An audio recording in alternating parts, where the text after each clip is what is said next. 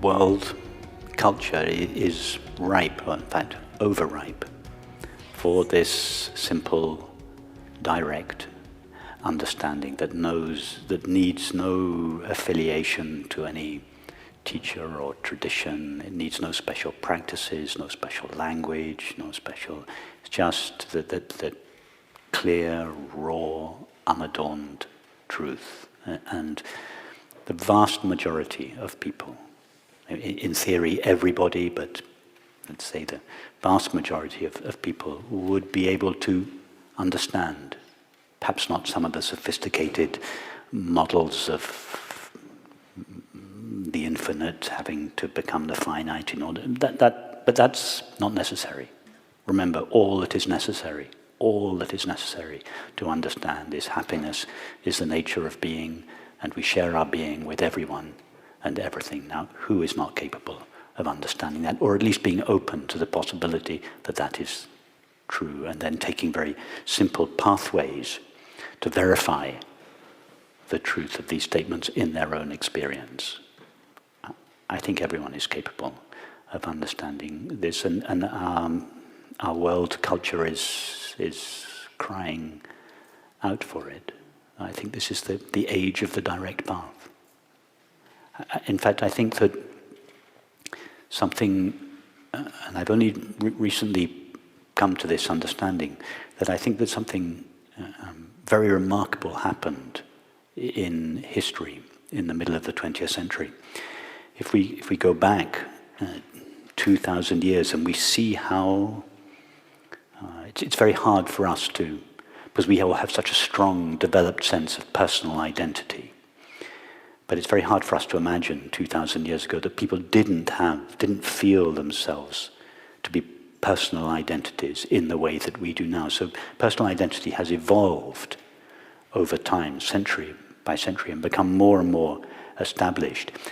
And what happened in the middle of the 20th century is that these three sages appeared in India, all in much the same time: Ramana Maharshi, Atmananda Krishna Menon, and the Sagadatta Maharaj. And they were all, in their own way, pointing to the same thing, which was the personal identity turning around and investigating itself. That was something remarkable.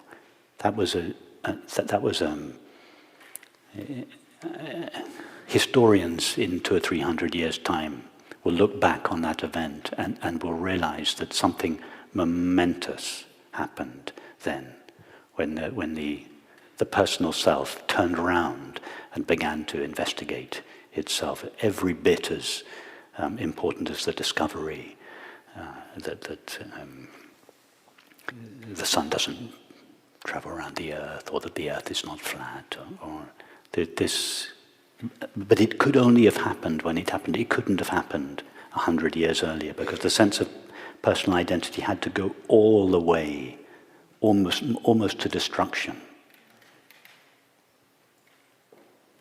Remember, they appeared just after the Second World War, or just around the time of the Second War. So these two world wars had happened. That humanity had to go to the brink of destruction before these three people, almost within, I can't remember their dates, but same place, same time, all pointing to the same thing: this turning around of the self and the investigation into itself. That was the initiation of a new era for, I think it was the initiating of a new era for humanity, a new possibility, where humanity had the possibility of being founded on something that was truer than personal identity.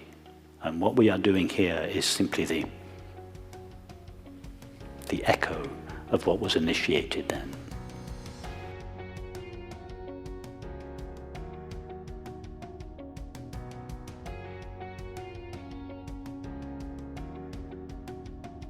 How would you define enlightenment? And when these glimpses come, when we have this direct knowledge of our being, how does that not stick around?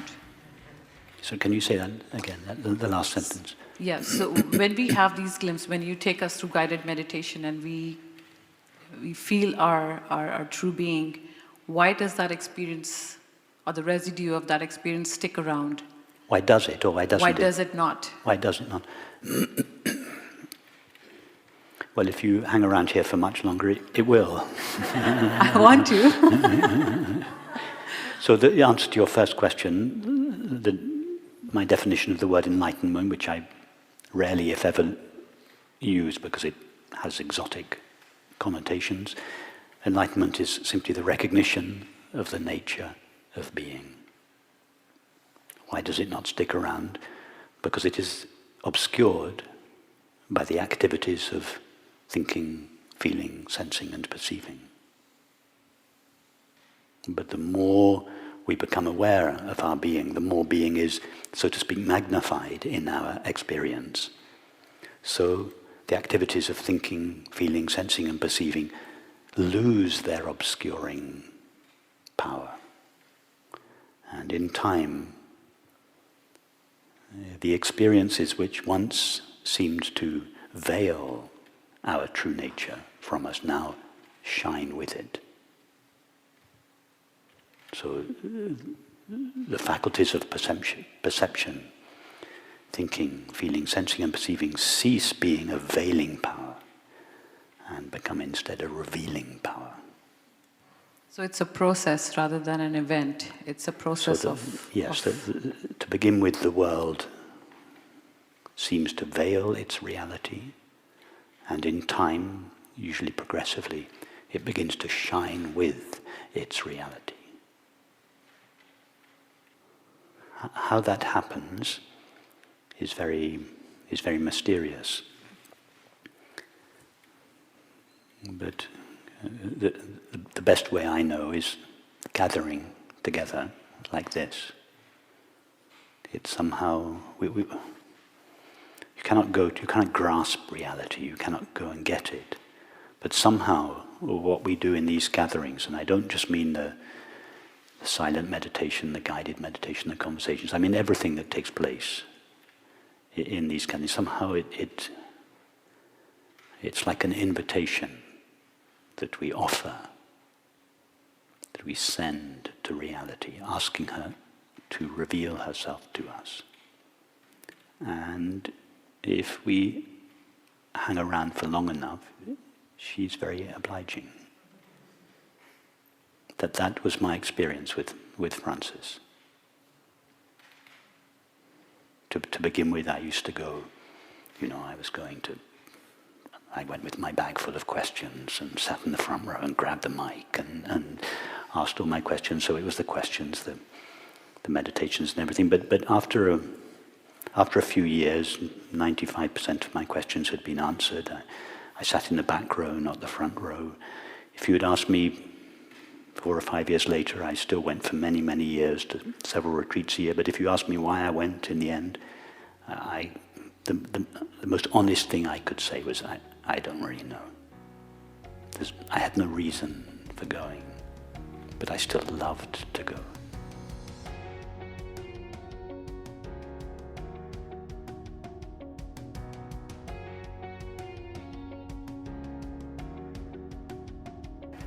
As a Black person in America, it is so hard to live in a world that constantly wants to delegitimize you.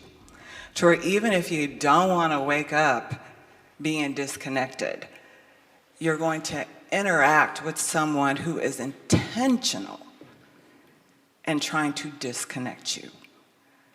So I continue to, on the day-to-day, look for this pathway, and I have found a lot of both healing, and I feel like I am moving towards there, but I have to tell you, it's a very, very, very tiresome journey when the society keeps trying to break you apart.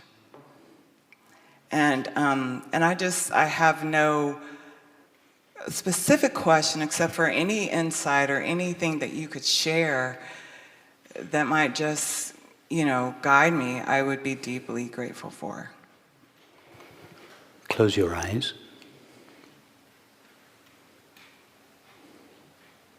And without reference to memory, tell us about yourself. Curious. No, that's not about yourself. You're telling us about an activity of your mind now. Tell us about yourself. Loving. Open. Impermanent. I don't know.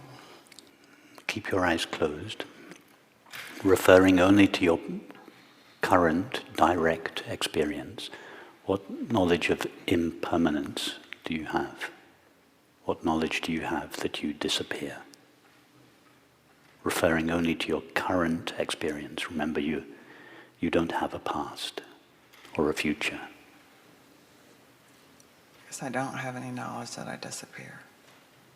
So you don't have the knowledge of yourself being impermanent. Your actual knowledge of yourself is, I am ever present. That's your current experience. It is only with reference to your memory that you say, I am impermanent. So referring only to your current direct experience, imagine you're a newborn infant, this is the first experience you've ever had, you don't have a past. Do you have any experience of being a woman? No. Do you have any experience of being black? No. So, if you want to help your community, your help must come from this understanding. If you can bring this understanding to your community, it will be truly healing.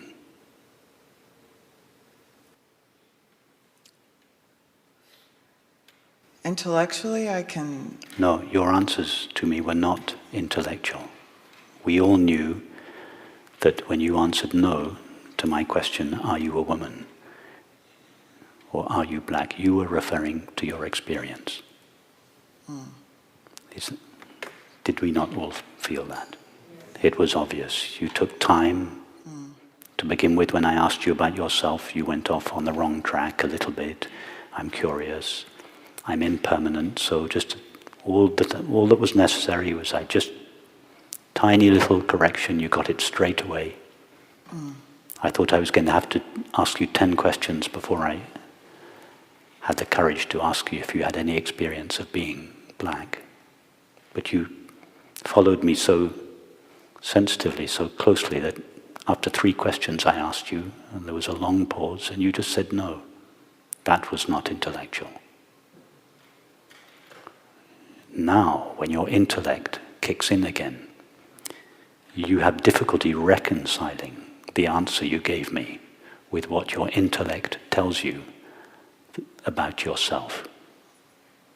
The problem is not your experience of yourself. The problem is what your intellect tells you about yourself. So don't align what you are to what your intellect tells you about yourself. Align your intellect with your experience of yourself, and then share that experience in your community. You will be bringing something immeasurably valuable to them.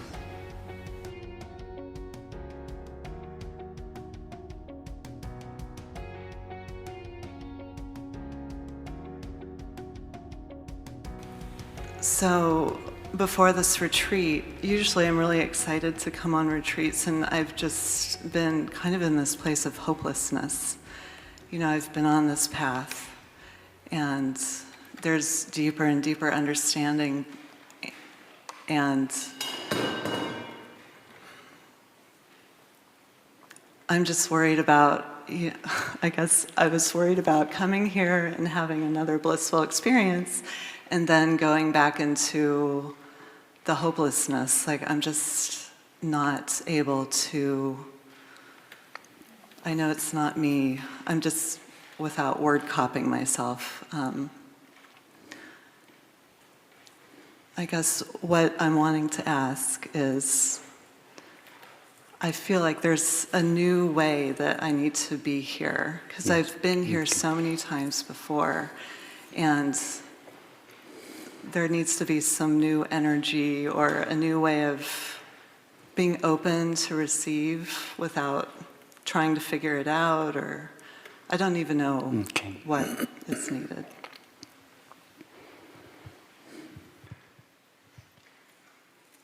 So when you're at home, at least during your worst moments at home, you feel, I am hopeless. And when you're here, at least during your best moments here, you feel, I am blissful.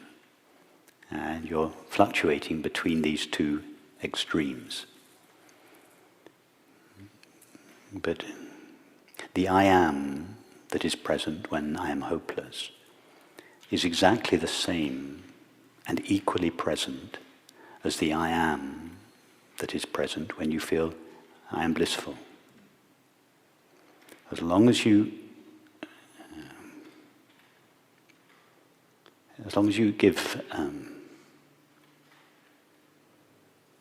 your exclusive attention to the hopelessness when you're feeling hopeless and the bliss when you're feeling blissful, you'll miss the real import, the real message of both these retreats and the hopelessness that you feel at home, because although one is very much more pleasant than the other, they're both giving you the same message, and the same message is this third pathway that you're looking for, this new approach that has got nothing to do with the blissful experience that you have here, and it's got nothing to do with the hopelessness you feel at times when you are at home, and it has everything to do with your being that is equally present in both. That's what both these two experience. One is pulling you, that's the bliss, the other's pushing you, that's the hopelessness, but they're both pulling and pushing you in the same direction, which is the direction of your being. That is the purpose of both of them. That's the new direction that you're looking for. That's the new way of being in relationship to the bliss you feel here and the hopelessness you feel at home. And if you go more deeply into that, the times of hopelessness will become less hopeful, that they will gradually peter out. And the experience here will perhaps feel less blissful. It'll feel more ordinary. It'll feel like everyday life. You won't be able to tell the difference between being here and being home.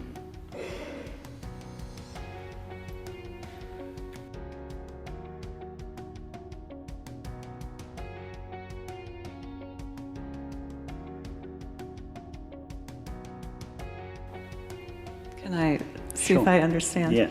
So I think what you're saying is to focus less on the experience that I'm having and the I.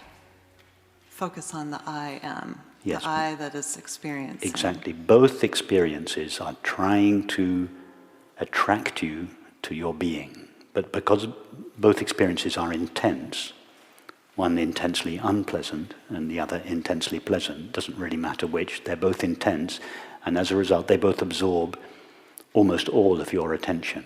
And because of that you neglect your being. What both experiences are really trying to say are become aware of your being.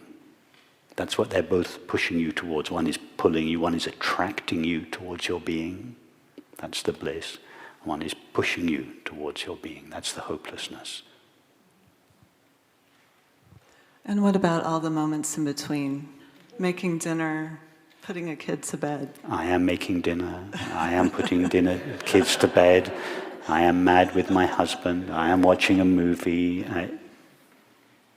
Just all the time. So it sounds like a practice. Is that a... It's a practice until it becomes your reality. But for as long as it seems to be a practice, then practice it.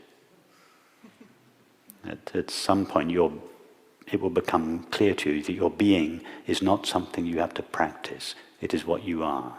It's the only thing in life that does not require practice. But if that seems for a while not to be the case, then practice it. And I don't necessarily have to understand everything. Meaning, I think what I was practicing before was being in awareness, but somehow that awareness still felt separate from me. If we were to take all the scriptures and religious texts that had been written in all the traditions over the last 3,000 years, and we were to feed them all into an algorithm, into an AI computer, and ask the computer to distill the essence of 3,000 years of religious and spiritual instruction in less than 15 or so words, I would suggest that this is what would come out. Happiness is the nature of your being, and you share your being with everyone and everything. That's it.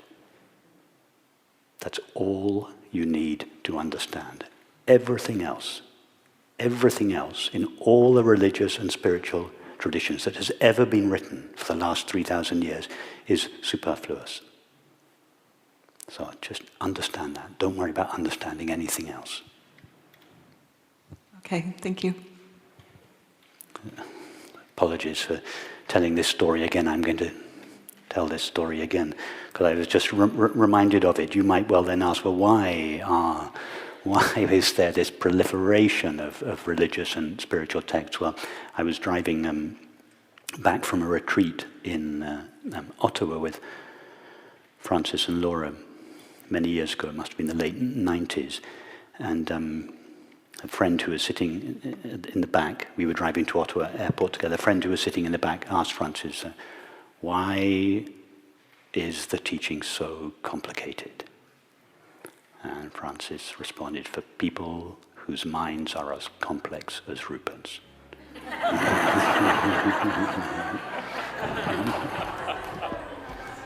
It's not necessary. The truth, the teaching is so simple.